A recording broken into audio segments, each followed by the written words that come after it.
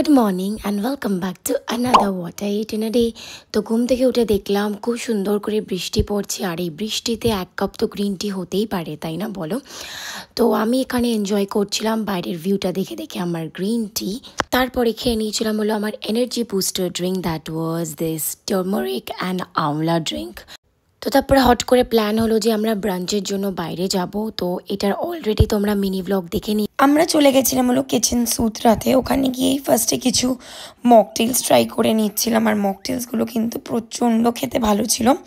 তার সাথে নিয়ে নিয়েছিলাম হলো এটা সি ফুড স্যুপ ছিল। হাওয়েভার আমি তো প্রনস খাই না বলে এর মধ্যে ফিশ দেওয়া ছিল আর এগ দেওয়া ছিল। স্যুপটা প্রচণ্ড টেস্টি ছিল।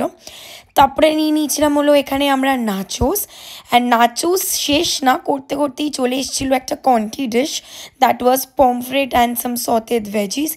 এটাও খেতে খুবই খুবই খুবই দারুণ ছিল। দেন আমি অর্ডার করে দিয়েছিলাম হলো এখানে কন্টি একটা ডিশ, এটা কিছু একটা চিকেন উইংস ছিল, আর সসটা না খুব আনকমন লাগছিল খেতে, আর আমার খুবই ভালো লেগেছে। দেন দেখলাম ওদের এখানে মাস্কা বান পাওয়া যাচ্ছে with lots and lots and lots of butter, and this was so tasty. তারপর ওদের নিয়ে নিয়েছিলাম হলো একটা জামুন মকটেল, এটাও কিন্তু খুব রিফ্রেশিং ছিল। এইসব খাবার কমপ্লিট করে আমরা চলে গেছিলাম মেন কোর্সের দিকে, আর মেন কোর্সে ছিল veg pulao, mutton kosha, like desi mutton kosha, and cheese chilli naan.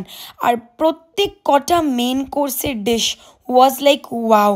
R cheese chilli নানটা যা টেস্টি ছিল, আর ভেজিটেবল পোলাওতে তো পুরো ভরে ভরে ভেজিস দেওয়া ছিল, আর মাটনটা খুবই সফট ছিল।